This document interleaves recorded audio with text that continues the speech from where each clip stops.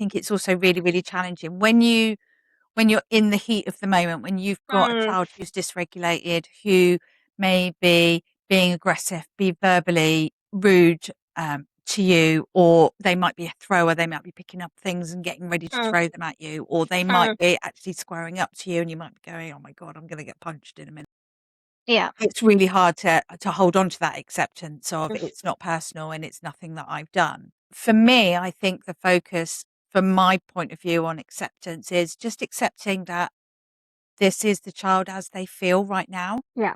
Um, there's nothing I can do to magically change that. I Mhm, wish I had a magic mhm, wand mhm. and I could wave it and everything would be okay. And my Yeah. child would feel much, much better. And we wouldn't have to go through these big dips in how he's feeling or how she's feeling and how they see themselves. But actually, just to accept that this is how things are. And with that acceptance, also bearing in mind it's not personal and it's not a reflection on me or my ability to parent or my connection with them. It's just about how they're feeling at this point in time. Mhm. What's really good about acceptance is it can be really closely linked with empathy. Yeah. If you can keep acceptance of it, just accepting the child for who they are and how they Mhm. feel right now, however much it might be really painful for you to see them so dysregulated, there will be a natural empathy that gets connected to that. Definitely. Definitely. And I think it's important that we are clear that we're not necessarily accepting the behaviour. Because if you like you were saying, if they're throwers, if they're screaming, if they're shouting, if they're swearing, if they're damaging things, we can't accept that and be permissive around that. But we can accept that there is a place that it's coming from. Yeah. Definitely. Yeah. Definitely. Yeah.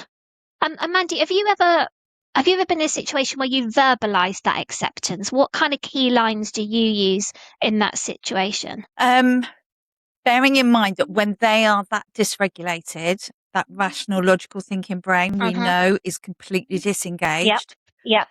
So we need to keep words limited because they're not going to be able to process them. So I've got a couple of scripts that when I've got a dysregulated child, I will repeat to let them know that I have accepted them. One of them being, um, I can see this is really hard for you, Mm-hmm. but we're here together. Yep. Or just saying something like, you're safe, you're okay, and I'm right here. Something really simple that I can Yep. repeat over Sure. the time that they're dysregulated so that they know that I haven't rejected them, left them. When they walk out of their bedroom after they've been shouting through the door at me for 2 hours, Mhm. I'm not going to tell them off or, pick up that scab, as I like to say, to Mhm. refuel them. Um, Mhm. it's literally about keeping that connection wherever we possibly can. Yeah. Yeah. And that is that whole relationship thing, isn't it? We talk about this every time. It comes back to that relationship about how am I supporting the relationship, even though this feels horrible and really challenging? How am I keeping that relationship rather than damaging it at a time where my child is clearly in crisis over something? Yeah, definitely. Definitely.